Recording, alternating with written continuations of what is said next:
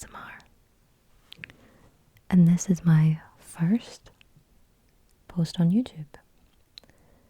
I have been wanting to do ASMR since I was about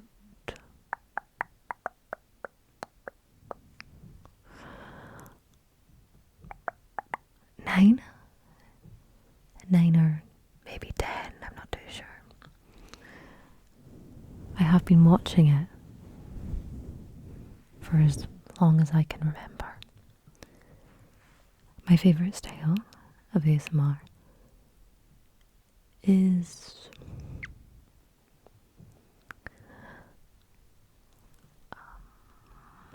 anticipatory. Anticipatory, which does switch from soft-spoken into whispers.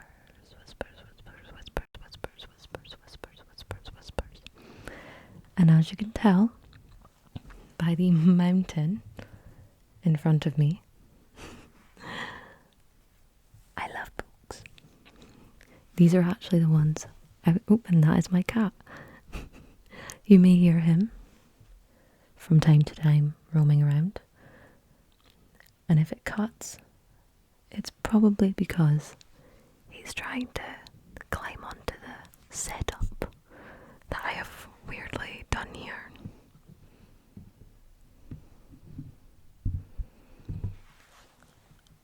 I am excited to start this new chapter of my life and to step outside of my comfort zone to hopefully give you comfort.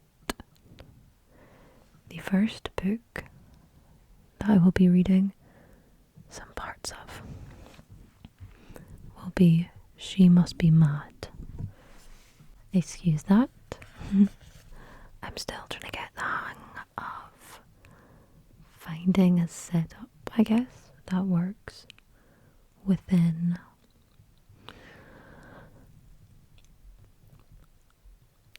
space and comfort, I guess, where you can see what I'm planning to read and I don't bash into the mic stand or anything really. So, as I was saying,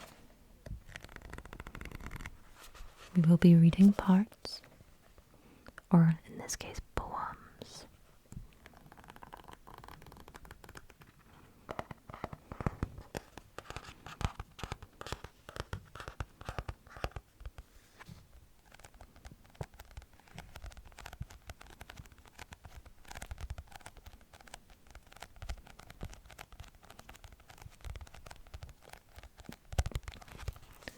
From She Must Be Mad by Charley Cox.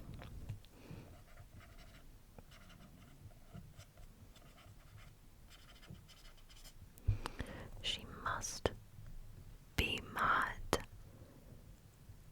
Oh, she must be mad. I hope that this channel helps people find different books that they would like to venture into, or different genres, or even just to sleep,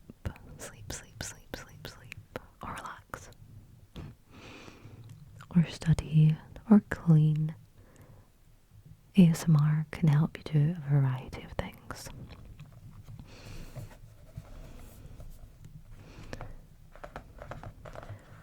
For every woman surviving and thriving in today's world, for every girl who feels too much, this is a call for communication. You are not alone. You are not alone. You are not alone. A debut poetry and prose collection on coming of age from Charley Cox. revisit the exquisite pain and beauty of first love, stumbling into wayward nights out that don't go as planned, and relish the dark humour and honesty of mental illness with this fresh and witty new voice of a generation.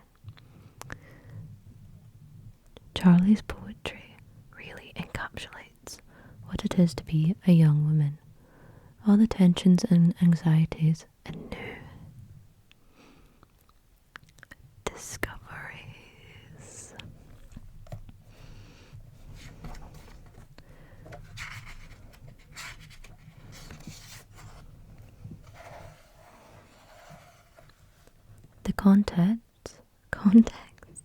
The contents of this book are: she must be in love. She must be in love. She must be mad. Or she must be mad. She must be fat. She must be an adult. She must be mad, I can take as she must be crazy, out of her mind, or she must be mad. She must be angry and enraged. And she must be an adult. I guess I have two ways of seeing that one too.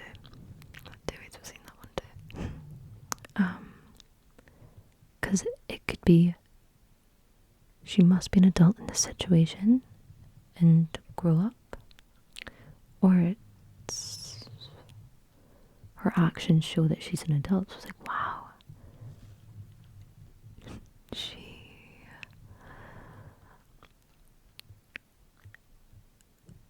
must be an adult. I'm trying to be extremely authentic within this and not pre-plan which poems to read or anything, just letting it flow with you, letting us flow within it together.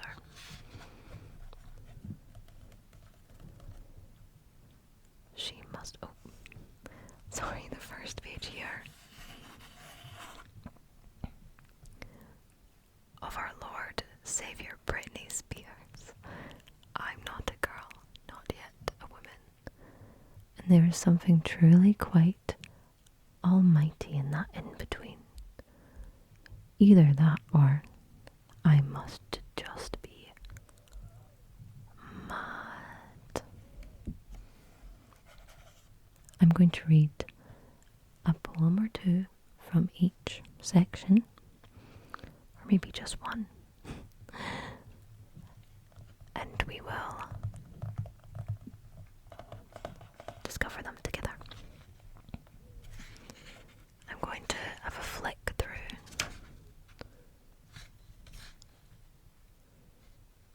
and see which one I'm thinking of. Oh, this one's a song from the Cooks. She moves in her own way. I think it's calling to me. I think I need to pick up the phone. She moves in her own way. She moves in her own way. And I love her because she moves in her own way. It was sticky in your apartment. I stuck my eyes to every corner where you'd stuck up old postcards, an entire museum of your life, and more of a window framed the shrilling stuck-up summer silhouettes in the pub down below. You stuck on a scratch. The more I read out loud, the more I realise I jump and jumble words around or miss out on them a touch or little things like that. You stuck a scratched record on that played the one smooth staccato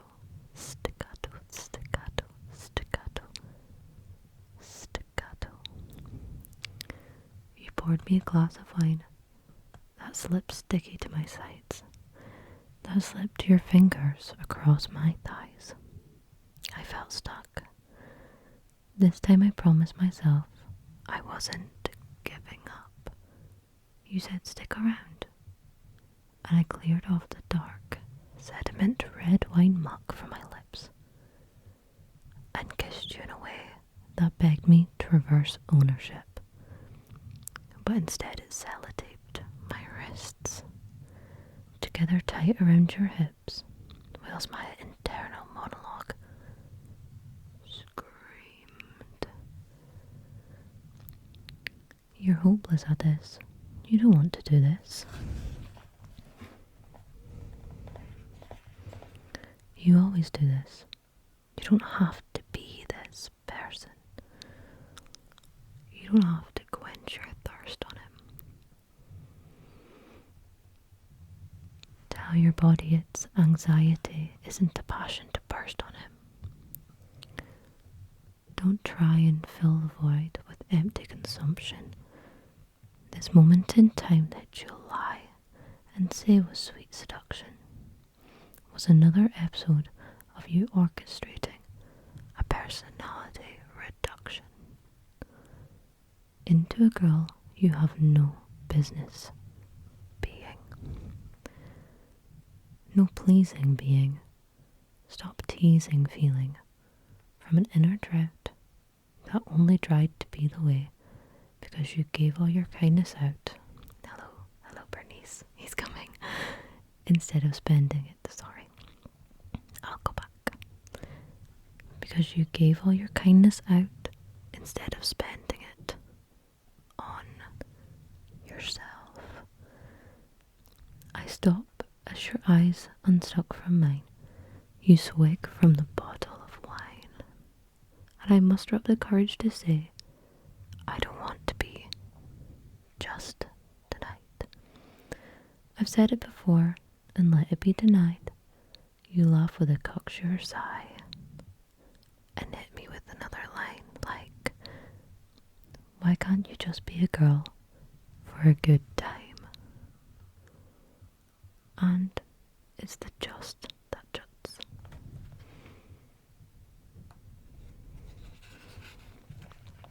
And ricochets and slaps stuck to my ongoing conflict with myself. I reach for a souvenir you placed on your shelf, throw in between my palms. Imagine what false comfort I'd find within your arms, and put it back. I give learning from lessons a crack, and I stop telling myself you're such a twat when you text me the next morning to say my excuse for women is appalling. For leaving in a rush, it was your sticky apartment, and it was there that I realized I was bored of being stuck. As a girl whose muchness amounted to just the night, I really enjoyed the imagery of the conflict within herself. And I have an intense inner monologue that it truly makes you feel a bit more seen when other people talk about theirs.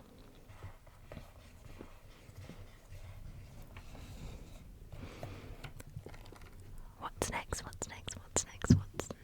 guys?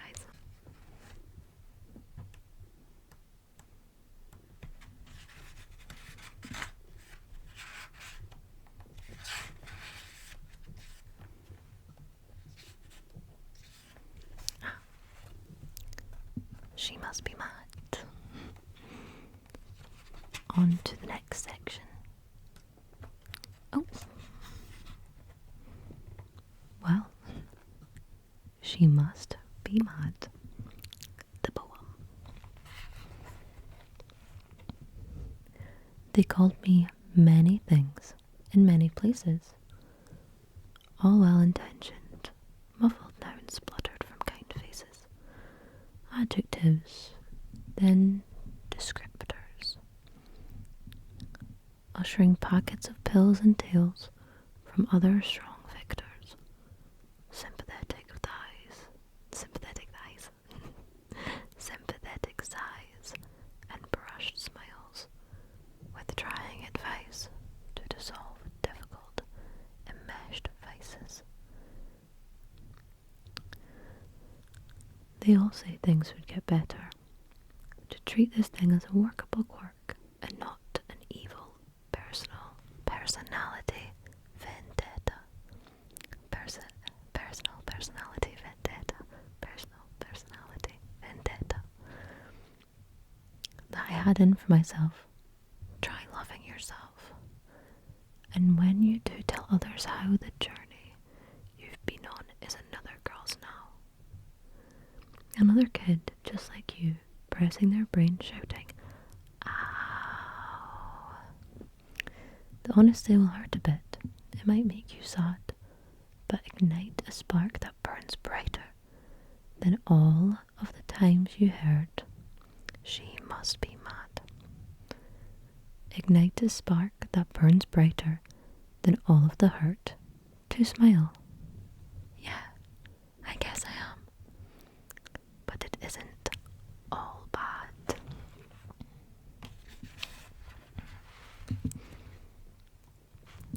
Ignite a spark that burns brightest from all of the dirt, the dribbling, tear-sodden thirst to drink to the girl you knew.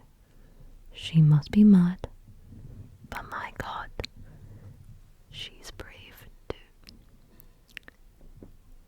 You are brave, and you are mad for it. This book has a lot of different deeper poems that I may not hassle you with, seeing as we're trying to relax. It is still one that I sometimes go back to. There's a book called, it's actually right here, this little one here. It's a poetry book as well, and it's called There Are Girls Like Lions, and it has beautiful written poems about fierceness and bravery and many other things that contribute to being a woman.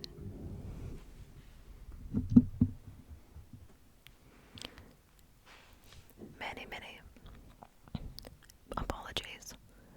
My neighbours, the loud neighbours, are in the, I don't know what this is called in other parts of the world, but in Scotland, or maybe just the part of Scotland where I am from, we call it, when you first enter a building of flats, a closey. So where the stairs are and your front doors are, we call that a closey. And someone is running around in there on the metal bars of the railings, the hand railings, causing a ruckus.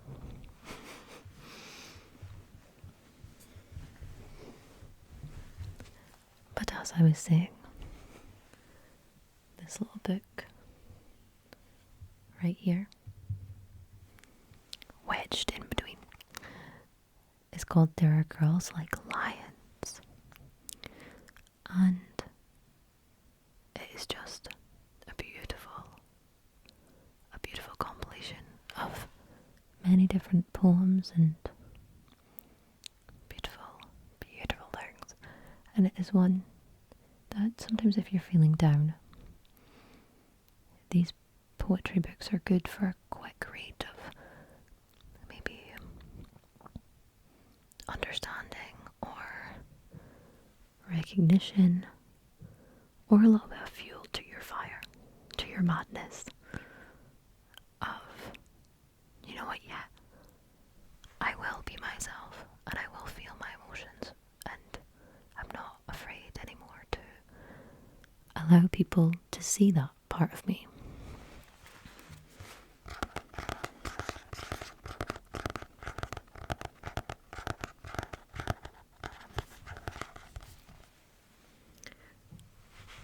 On that note, continuing on.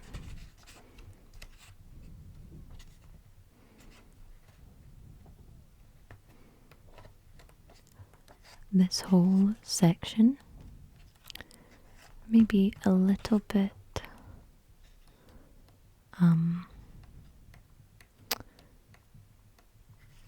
triggering, I guess. Oh, your mind is biased and your brain is blind. There's still a store of strength left in you to find. That was a really nice tidbit to the tangent I was just going on. Tidbit to the tangent. Tidbit to the tangent. Tidbit to the tangent. Tidbit to the tangent that I was going on.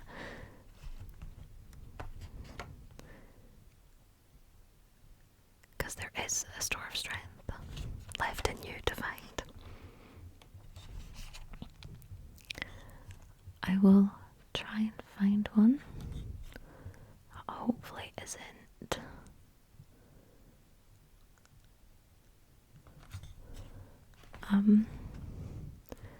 oh, kale leaves, how you depress me. I only want you, I only eat you, so boys want to undress me. Maybe this little page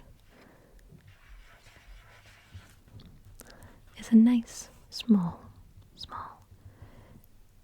expert from She Must Be Fat. So it starts off with this, which I like these little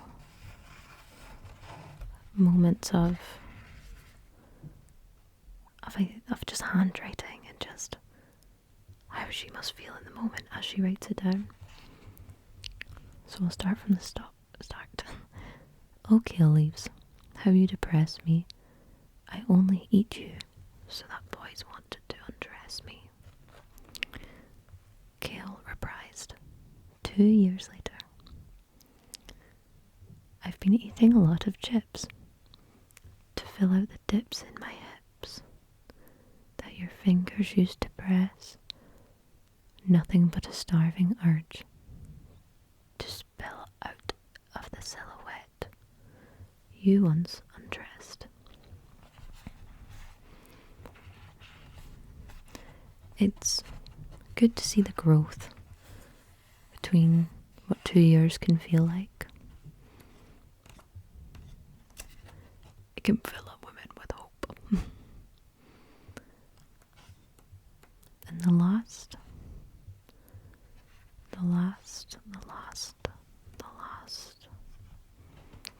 area. We have other plans now. I am not yours to be beautiful for. I do not clothe myself to be adored. Maybe I can't read the handwriting. Oh no, the most limit of knowledge. I don't know. Help me guys. Of knowledge that I can keep steady is that I am mine to feel sexy. Yes, girl. She must be an adult. This one I'm very excited to see which area I'm leaning towards with this. Because I'm 20 and it's that weird mix where I've moved out and I've been in a job for years and I'm doing adult things while still, as Britney Spears said at the start of the book, not a woman yet. Well, women is a state of mind. it's the fluctuation between still being young and doing adult things and knowing that I feel more like a woman than a girl. So I think I'll read one or two of these. Or maybe see if there's the small writing ones in the last. Oh, this one's really sweet. There's a little picture.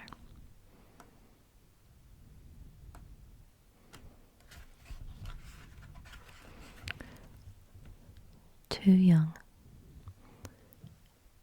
It drizzled down, precious and thin, weaving matted through my hair. My neck crooked over the side of the path, your shoes gone from the bottom of the stairs. I must have been only 15.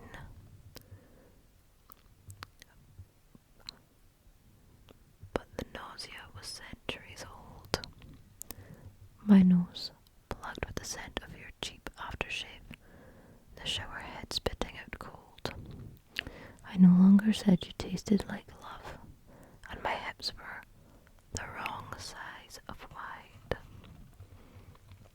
I tried to wash you like dirt off my red molten skin, and let you sink with the spuds down the pipes. But you left a scum that stuck to the sides.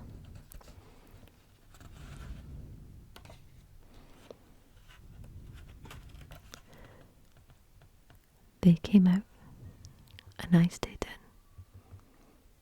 All my friends are gay, and I wouldn't have it any other way, except on Friday nights, when I've got no one to get off with.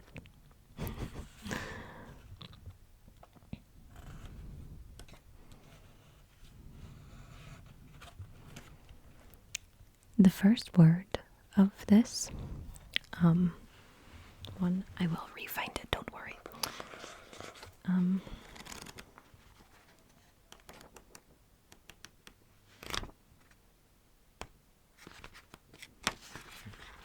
It's a poem that says pint-sized, and the first words or line is, I've got a thing with kids on trains.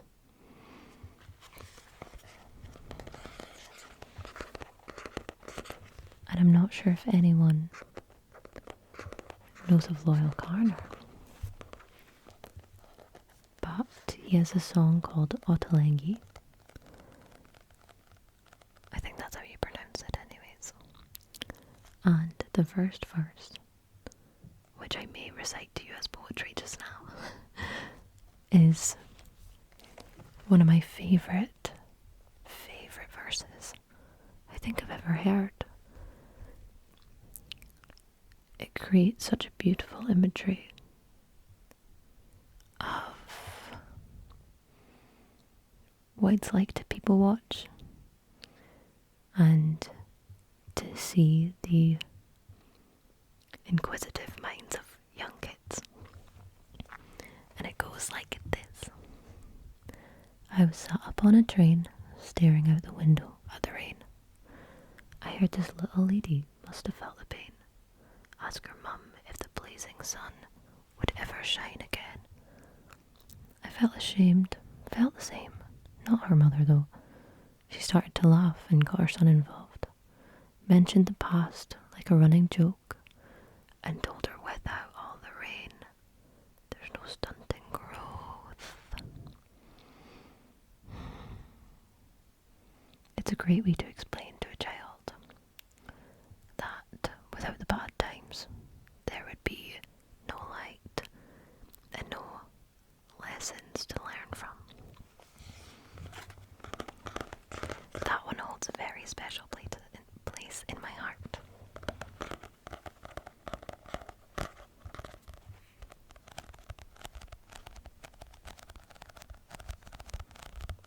That came through.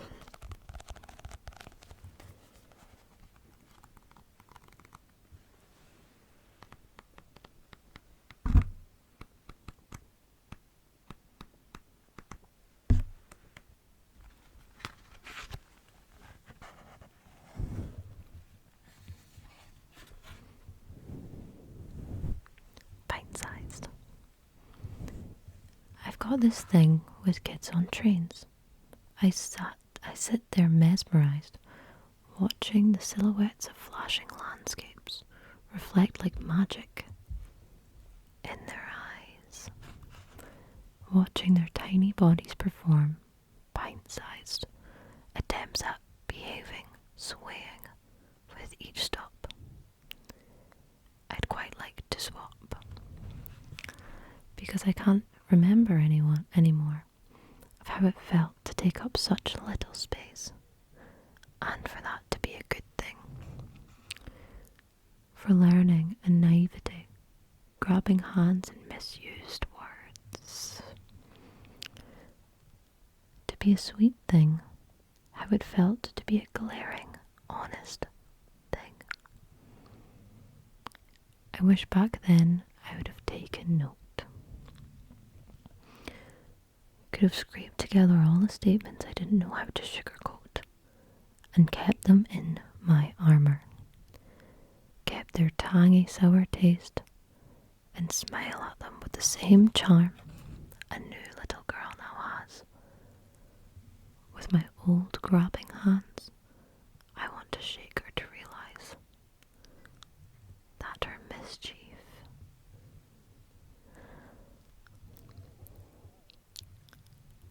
mischief is perfect, and that growing up is a downsize. Just stay put, and only as the train moves. I think that was a beautiful one to end off on, because everyone has that nostalgia of childlike wonder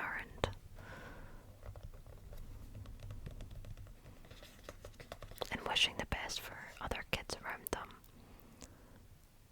and knowing that there is a time where you tend to lose that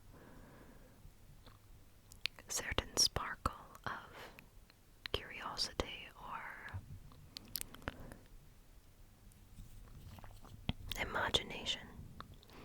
But I think it is extremely important to keep your younger self happy, to keep your inner child flowing with your adult life, and allowing yourself to be the most curious little creature you can be.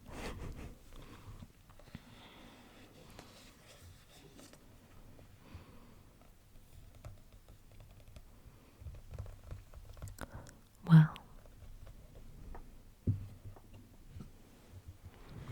thank you for coming to today's video.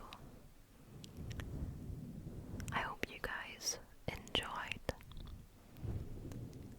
I'm sorry if there was parts of kerfuffles or anything, as I'm very new to this. But hopefully, as time goes on and I get some